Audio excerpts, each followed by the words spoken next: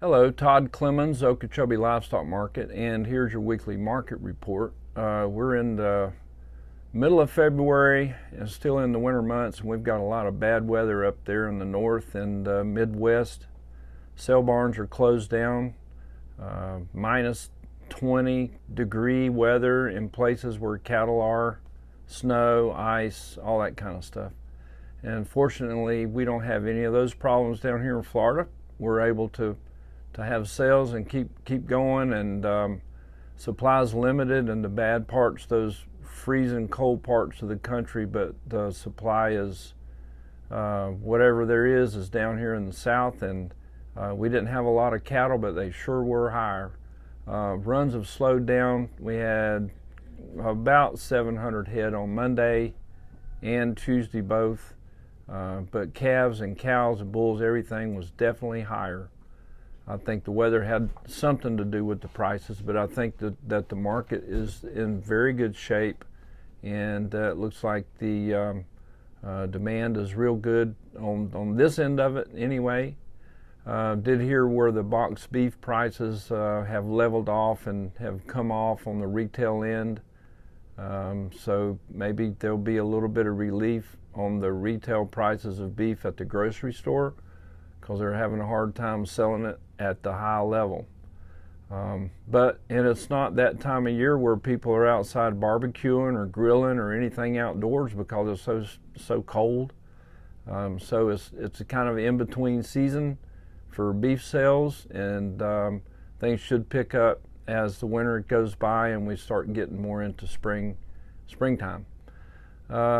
See what's going on. Last week, I think we mentioned to you that the Florida Association of Livestock Markets had their annual meeting in Gainesville. Thank you, Florida Farm Bureau, for hosting us and giving us your meeting room for the day there, February 14th, Valentine's Day. We had most of all of our markets were represented there. We had Florida Cattlemen's Association President Dale Carlton and Jim Hanley, Executive VP for the Florida Cattlemen's, was there. Dr. Short from Tallahassee, our state veterinarian, was there. John Cassey from LMA, Livestock Marketing Association, was there. So we had a good group. We had good discussion. We got a lot of business taken care of.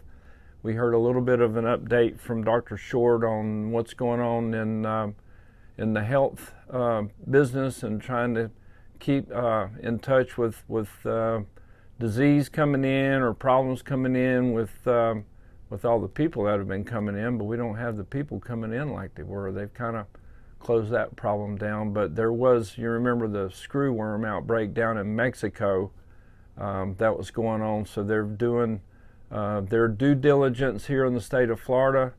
Department of Agriculture with the veterinarian's office and the inspectors are trying to really keep their thumb on this, or keep their pulse on this screwworm deal. So remember we had one of those a few years ago where it showed up down in the Keys on one of those little key deer, and they were able to keep that from spreading through the state, which was really amazing. So they use, for those screwworms, when they have them, they release these sterile flies into the infected areas where these flies are reported, and the reproduction cycle with these sterile flies just kind of just kills it all out. So that's what they do if we have it, and I'm really glad to know that we're on top of it. With the system we have in place, it looks like to me that Dr. Short and his crew are doing a real good job of staying abreast with all these problems. You know, there's out west, we don't have it as much here anymore. We used to, but brucellosis is still an ongoing problem for those western states. And anyway, these veterinarians get together from all over the country, and they have their conference calls, and they meet and talk on a regular basis and keep each other informed as to what's going on.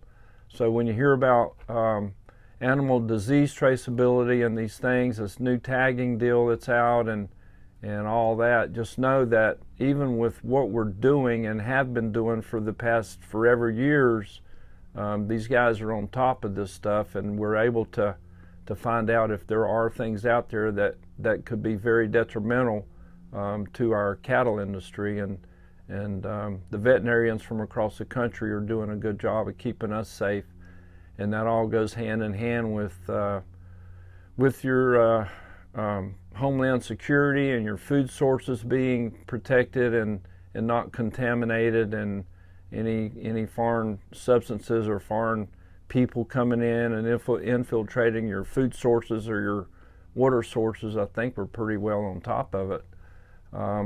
Another report there that came out from USDA is getting doged already, and like all the other federal government agencies, it seems like they're just kind of going through everything with a fine-tooth comb. But USDA had a lot of employees, thousands of employees that were terminated. So I guess they're just kind of getting leaner. You know, the government is getting leaner, and really the government is it's a big business, and we're in debt, trillions and trillions and trillions of dollars, and we have to be solid. You've got to take in more than you spend, right? I mean, you do your checkbook, and you got to have more money in the bank than you spend. It's just simple math, and there's just been a lot of waste. And I'm sure there's a lot of things in the USDA, there's a lot of things in the other agencies that can be looked at to help save taxpayer dollars, which should trickle down and help eventually our economy, and especially trying to get this country out of debt would be great. Maybe it will help us not have to pay so much in our income tax. But back to the market, prices were really stronger, just obviously stronger, and it probably has two things. Mainly would be lack of supply, or runs are getting slower, and that's all across the country. Just cattle is that time of year where there's not as big a runs, and so if there's demand out there, it's going to increase the prices on these calves. And cows and bulls also. Cows and bulls were easily $3 to $5 higher again this week. And we did have a bull bring over $2 a pound. We had a bull that brought $2.01 a pound, and he weighed close to a ton. That happened Tuesday. So this market is really good. I think that it should be here for a while. Fundamentally, the numbers are still down, and demand is still good, even at this really high level. And people are asking, well, how long is this market going to be good? And it just looks like to me, and it kind of feels like, that we're going to be in a pretty good run here for, maybe hopefully another year. When we start seeing the heifer retention happen, which we haven't really seen people holding on to those heifers, we're going to, that'll give us an indication when the herd is going to start building up, when heifer retention starts really happening on a faster pace.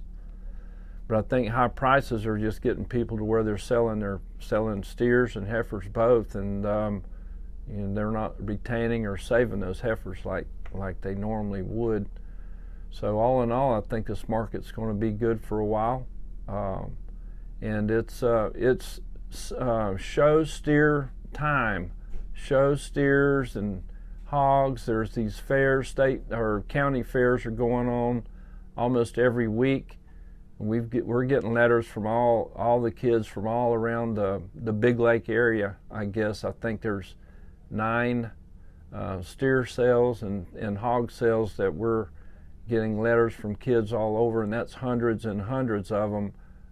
That we try to go out and support these kids, and I know you guys do too. Your businesses try to give back to these kids that are growing these animals and learning how to budget their money and how to raise these steers and hogs, and it's good education, good learning for them, and we want to support those kids. And so get out to those steer sales and hog sales and go help support your kids in agriculture.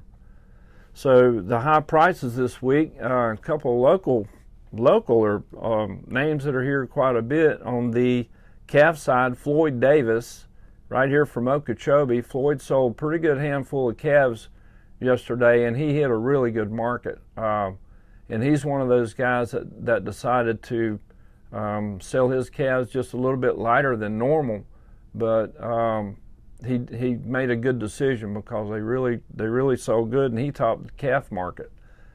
Floyd had a 185 pound calf that brought $6.20, and that calf was bought by DNS.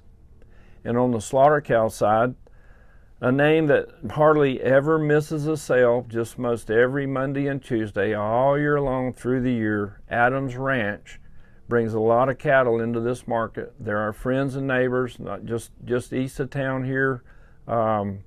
They brought some cattle in here, brought some cows in here, and one of them weighed 1,110 pounds and brought $1.68 a pound. And she was a tremendously good cow. That's from Adams Ranch, and that cow was bought by FPL. That's your market report. We thank you for tuning in. Thumbs up, subscribe to our channel. We'll tell you what we think. It may be right, could be wrong, but it's what we think. We'll see you next week.